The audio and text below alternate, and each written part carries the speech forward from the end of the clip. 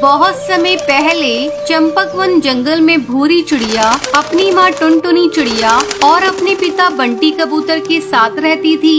भूरी चिड़िया के माता पिता उससे बहुत प्यार करते थे। एक दिन टुनटुनी चिड़िया बीमार पड़ जाती है और उसे अपनी बेटी की चिंता सताने लगती है। ऐसे में एक दिन टुनटुनी चिड़िया बैठी धूप सेक रही थी। तभी वो देखती है कि पड़ोस में रहने वाली चिंकी चिड़िया की सौतेली माँ उसे धक्के देकर घोंसले से बाहर निकाल देती है। ये सब देखकर टुनटुनी चिड़िया बहुत डर जाती है और वो सोचने लगती है, अगर मैं मर गई तो मेरी बेटी का क्या होगा? अगर बंटी कबूतर ने दूसरी शादी कर ली तो सौतेली माँ मेरी बेटी को इसी तरह घर से बाहर निकाल देगी। जब शाम को बंटी कबूतर घर लौटता है तो टुनटुनी उससे कहती है, सुनो जी, अगर मैं मर गई तो तुम दूसरी शादी मत करना, वरना सौतेली माँ मेरी बेटी पर बहुत अत्याचार करेगी। ये सुनकर बंटी कबूतर उसे समझाते हुए कहता है, टुनटुनी चिड़िया, मरे तुम्हारे दुश्मन, तुम ये कैसी बातें कर रही हो? तुम्हें कुछ नहीं होगा, तुम जल्दी ही ठीक हो जाओगी।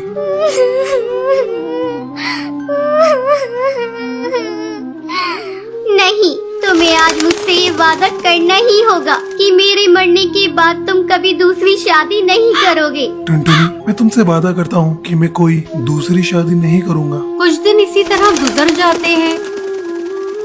टुनटुनी की हालत दिन पर दिन बिगड़ती जा रही थी और एक दिन वो मर जाती है। भूरी चिड़िया अपनी माँ से लिपट कर रोने लगती है।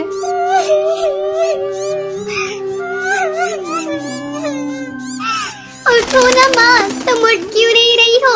माँ कुछ तो बोलो, अपनी बेटी को इस तरह छोड़कर कहाँ चली गई? माँ आंखें खोलो, माँ उठो ना। अपनी बेटी को रोता देखकर बंटी कबूतर उसे चुप कराता है। बेटी, तेरी माँ बहुत अच्छी थी, इसलिए भगवान ने उसे अपने पास बुला लिया। अब बंटी कबूतर अपनी बेटी का ध्यान रखता था और फिर काम पर चला जाता था। एक दिन उसके घर कालू कौआ आता है और उससे कहता है, तुम कब तक भाभी के गम में इस तरह डूबे रहोगे? मेरी मानो तो तुम दूसरी शादी कर लो। भूरी अभी बहुत छोटी है, उसे माँ की जरूरत है। कालू कौआ बंटी कबूतर को बहुत समझाता है। ना चाहते हुए भी बंटी कबूतर कालू कौवे की बात मान लेता है और वो टोनी चिड़िया से शादी कर लेता है।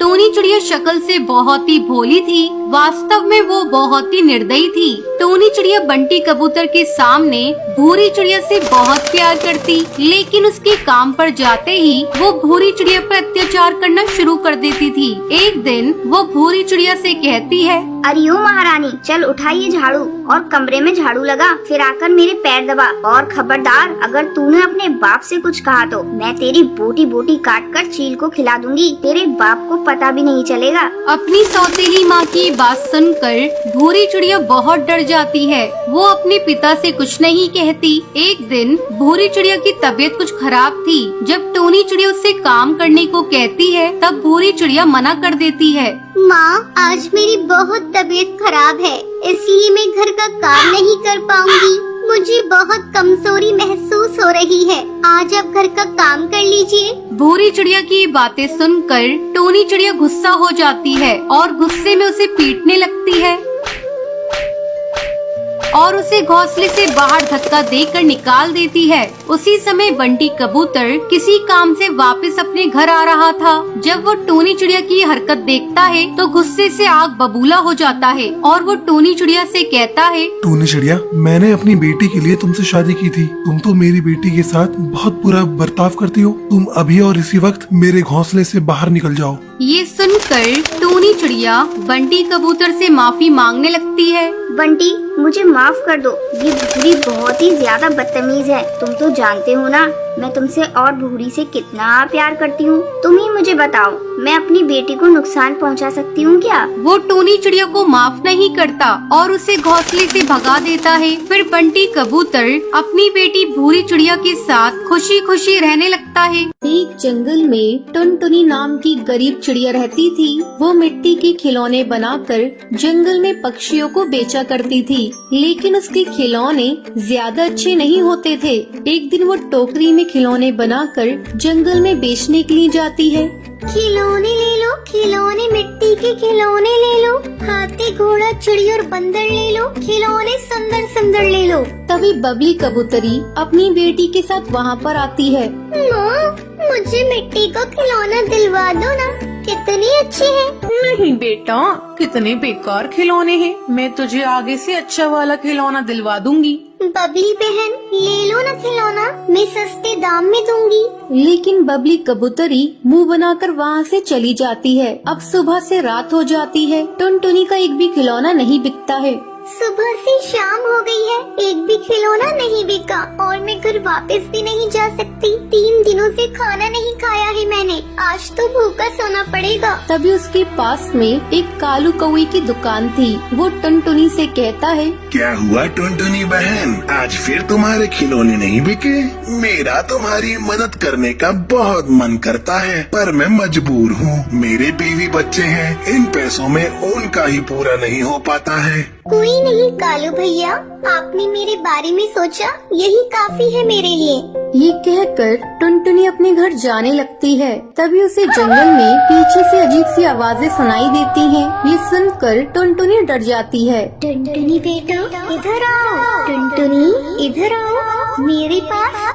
जैसे ही टुनटुनी चिड़िया पीछे मुड़ती है, वो वहाँ पर एक बूढ़ी सी टूनी चिड़िया को बैठा हुआ देखती है। आप कौन है? यहाँ पर क्या कर रही है? बेटा, मेरा नाम टूनी है। मैं पास वाले जंगल में रहती थी, वहाँ मेरा घर जल गया। अब मैं अकेली हूँ, क्या मैं तुम्हारे साथ रह सकती हूँ? माँ जी, मैं आपको अपने साथ तो ले जाऊंगी, लेकिन मेरे पास कुछ खाने के लाले हैं। मैं आपको क्या खिलाऊंगी, लेकिन फिर भी आप मेरे साथ चल सकती है। यहाँ अकेला जंगल में रुकना ठीक नहीं होगा। टुनटुनी टूनी को अपने साथ अपने घर ले जाती है। बेटा, मुझे बहुत तेज भूख लग रही है, जरा कुछ खाने के लिए बना देती हूँ। देखती हूँ किचन में कुछ मिल जाए, पर मेरे किचन में कुछ भी नहीं है। मैं खुद 2 दिन से भूखी हूँ माँ जी। फिर भी टूनी चिड़िया की आत्मा किचन में जाती है और अपने असली रूप में आ जाती है और जादू से सारे डिब्बे खाने से भर देती है। बेटा देखो, तुम्हारे किचन में तो बहुत सारा सामान रखा है। टुनटुनी ये देखकर हैरान हो जाती है, लेकिन वो भूख की वजह से ज्यादा ध्यान नहीं देती और खाना खाकर सो जाती है। तभी रात में टूनी चिड़िया की आत्मा घर से बाहर निकलती है और अपने जादू से आंगन में पड़ी मिट्टी से टुनटुनी के लिए सारे खिलौने बना देती है। वो एक अच्छी चिड़िया की आत्मा थी। अगली सुबह, माँ जी, ये देखिए कितने सुंदर खिलौने हैं, ये आपने बनाए हैं? हाँ बेटा, मेरे पति को भी मिट्टी के खिलौने बनाने का शौक था, उन्होंने ही मुझे ये बनाना सिखाया है। अब टुनटुनी चिड़िया वो खिलौने लेकर बेचने के लिए बाजार जाती है। थोड़ी ही देर में वो सारे खिलौने बिक जाते हैं। ये देखकर कालू कौवा उससे जलने लगता है। ऐसा क्या हो गया एक दिन में? इस टुनटुनी के खिलौने इतने सुंदर कैसे बन गए? मुझे पता लगाना होगा। अब वो रात में टुनटुनी के घर जाता है। तभी वो देखता है टूनी चिड़िया की आत्मा अपने जादू से मिट्टी के खिलौने बना रही है। ये देखकर वो डर जाता है। भागो रे भागो भैया भागो, चिड़िया की आत्मा।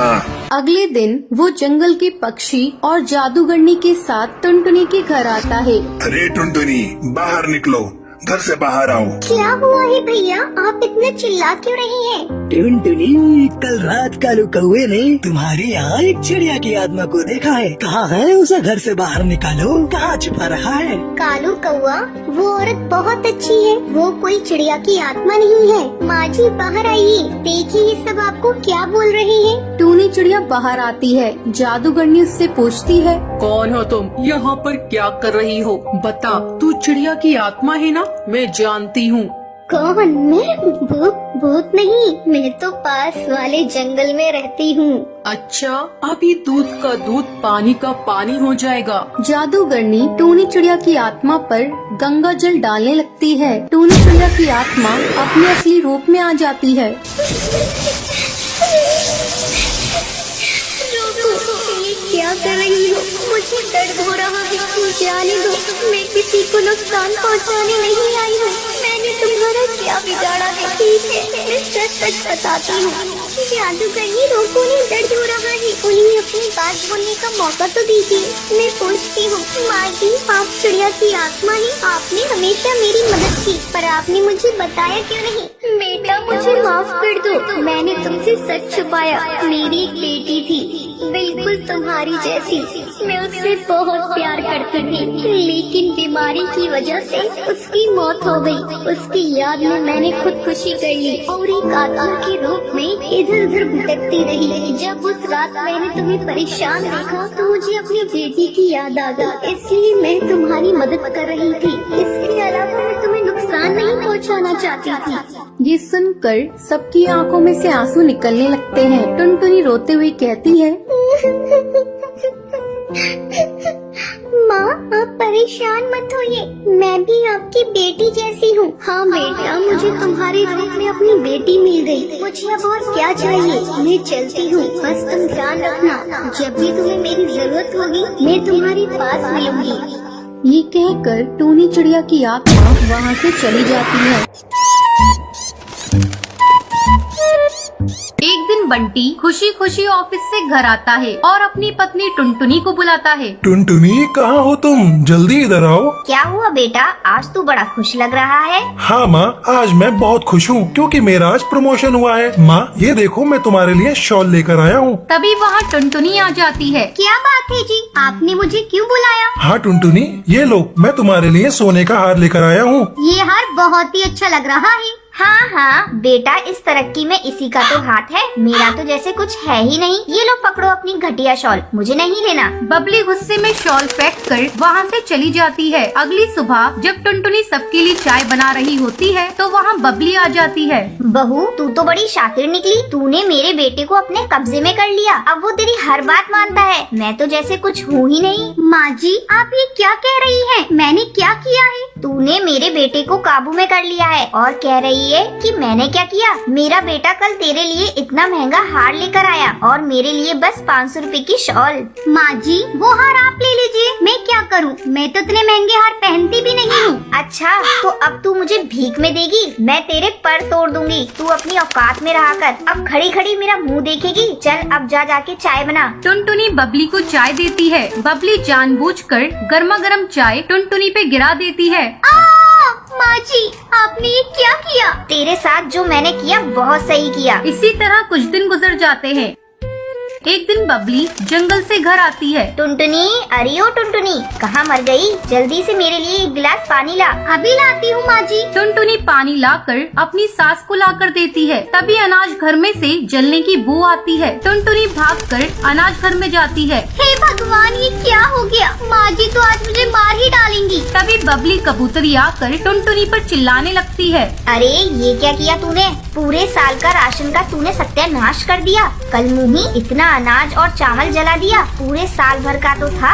भरी बारिश में चुन चुन कर इकट्ठा किया था ताकि इस बार की बारिश आराम से कट सके। इसकी भरपाई कौन करेगा? तेरा वो कंगाल बाप। मेरे पापा को बीच में मत लाइए। तेरे बाप को कंगाल ना कहूँ तो क्या कहूँ? उसने 2 जोड़ी कपड़ों में तुझे मेरे मत्थे मर दिया। मैंने तो सोचा था अपने बेटे की शादी किसी अमीर चिड़िया से करूँगी। ठहर जा, मैं तुझे अभी बताती हूँ। इतना कहकर बबली जलती हुई लकड़ी से टुनटुनी के पर जला देती है। माँ जी, आपने क्या कर दिया? रात को जब बंटी घर आता है तो वो टुनटुनी के जले हुए पर देखकर वो उससे पूछता है। टुनटुनी, ये क्या हुआ तुम्हारे पर को? ये तुम्हारा पर कैसे जल गया? वो कुछ नहीं जी, किचन में काम करते समय जल गया था। टुनटुनी, तुम झूठ मत बोलो, मैं सब जानता हूँ। ये सब माँ का किया धरा है। मैं अभी माँ से जाकर पूछता हूँ। बंटी गुस्से में बबली के घोंसले में जाता है। माँ, तुमने बहुत अत्याचार कर लिया टुनटुनी पर। अब मैं और नहीं रह सकता यहाँ पर। मैं टुनटुनी को लेकर यहाँ से चला जाता हूँ। नहीं बेटा, इस बुढ़ापे में तू मुझे छोड़कर मत जा। आगे से तुझे मेरी कोई शिकायत नहीं मिलेगी। नहीं माँ, अब मैं तुम्हारी एक नहीं सुनूंगा। मैं जा रहा हूँ। बंटी टुनटुनी को लेकर घर छोड़कर चला जाता है और दूसरी नदी किनारे बने पेड़ पर अपना आशियाना बनाता है। ऐसे ही कुछ साल गुजर जाते हैं।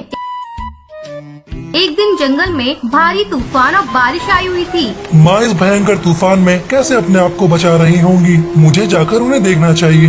बंटी और टुनटुनी भारी तूफान का सामना करते हुए अपने पुराने घर पहुंचते हैं।